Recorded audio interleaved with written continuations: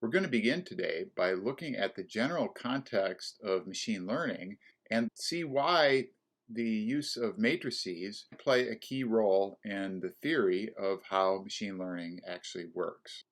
Now, machine learning is everywhere in our society today, and we've all used it in various forms. For example, you may have received recommendations for purchases or movies or books. You've probably interacted with an assistant like Siri or Alexa that understands your spoken language and then makes decisions about information to present to you. And you've probably heard of autonomous vehicles, and maybe your own vehicle has some features that assist with driving. All of these and many, many more areas of modern society employ techniques of machine learning to make these kind of intelligent decisions from data. Now, machine learning at its most basic level involves finding patterns in data, and this can take a couple forms. In one form, we can have a lot of data and use a computer to automatically identify structure that might be in that data, and then from that structure we can make predictions or draw inferences about other issues related to behavior or situations. Another instantiation of machine learning is to learn by example. We can present multiple scenarios to the computer and tell it what the right answer is in each of those scenarios, and then have it generalize to new scenarios. For example, we might give the computer a set of pictures where the identity of the individuals in each of those pictures is known, and then we ask the computer to use that information to predict the identity of the person in a picture that was not in the set of examples we used to learn how to recognize individuals. Now let's take an example of some movie ratings, and I've got 5 movies here. These ones that are labeled in green, I guess we'd put those in the sci-fi category. We've got Star Trek, The Martian, The Empire Strikes Back, and then a different category of movies of Pride and Prejudice, say Sense and Sensibility. And you might guess that or predict that these different categories of movies might appeal to different people. So I made up some ratings here for 4 of our friends. Jake tends to not like the sci-fi movies as much as the Pride and Prejudice and Sense and Sensibility. Jennifer, on the other hand, has the reverse, and these ratings are on a scale of 1 to 10. So she's rating Star Trek, The Martian, and The Empire Strikes Back much more highly than she rates Pride and Prejudice, Sense and Sensibility. Now, Julia has the opposite rating in that she's rating Star Trek, The Martian, and The Empire Strikes Back lower than Pride and Prejudice, Sense and Sensibility. Now, if we were to look at these types of ratings and ask ourselves, what do they tell us? Well, we can infer certain things. One is that Julia, on average, tended to rate this group of movies much lower than Jennifer did. There does seem to be some connection between the category of the movie and the rating that's assigned by a particular person. People that tended to like Star Trek also tend to like The Martian, or people that like Pride and Prejudice also tend to like Sense and Sensibility.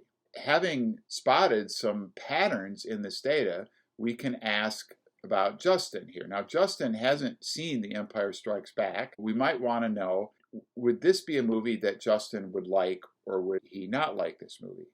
Well, from the pattern, if the pattern in this data applies to Justin, then we could predict that since Justin has rated Star Trek and The Martian fairly high, that he's probably also going to rate The Empire Strikes Back fairly high. So we're looking at this kind of data and we're trying to analyze patterns in it. Now here we have a total of 4 columns and 5 numbers in each column, so that's a total of 20 numbers. Minus 1, actually, there's only 19 given here, but this is something that a human can look at and try to see the patterns. But if we start talking about millions of potential users and thousands of movies, rapidly this kind of a matrix gets way too big for any individual to try and discern what the pattern is and how we might predict whether someone will like a movie or not. And so that's where using a machine or a computer comes in, because then we can use the power of the computer to tease out the patterns and the trends and make the predictions. Now, matrices play a fundamental role in these sorts of problems. And a matrix is an ordered collection of numbers. And it's typically, we're going to have a series of columns and a series of rows. If I go across left to right, this is a row, and from top to bottom, we have a column. And so these numbers are organized in a predictable fashion. And what I've taken these numbers from were from the movie rating example we had on the previous slide. So here we have, going down the rows are the names of the different movies, and going across the columns are various individuals.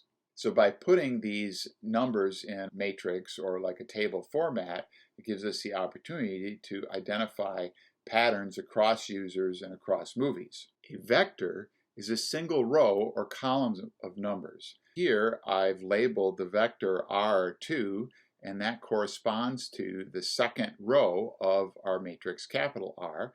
And I've illustrated a column, which I've labeled as C3, being the collection of numbers in the third column of our matrix R. So if we arrange numbers in a single row or a single column, we'll talk about that as a vector. If we put them in a two-dimensional array of numbers, then it'll be a matrix. The use of matrix methods are at the very foundation of machine learning, and we'll explore that much more fully.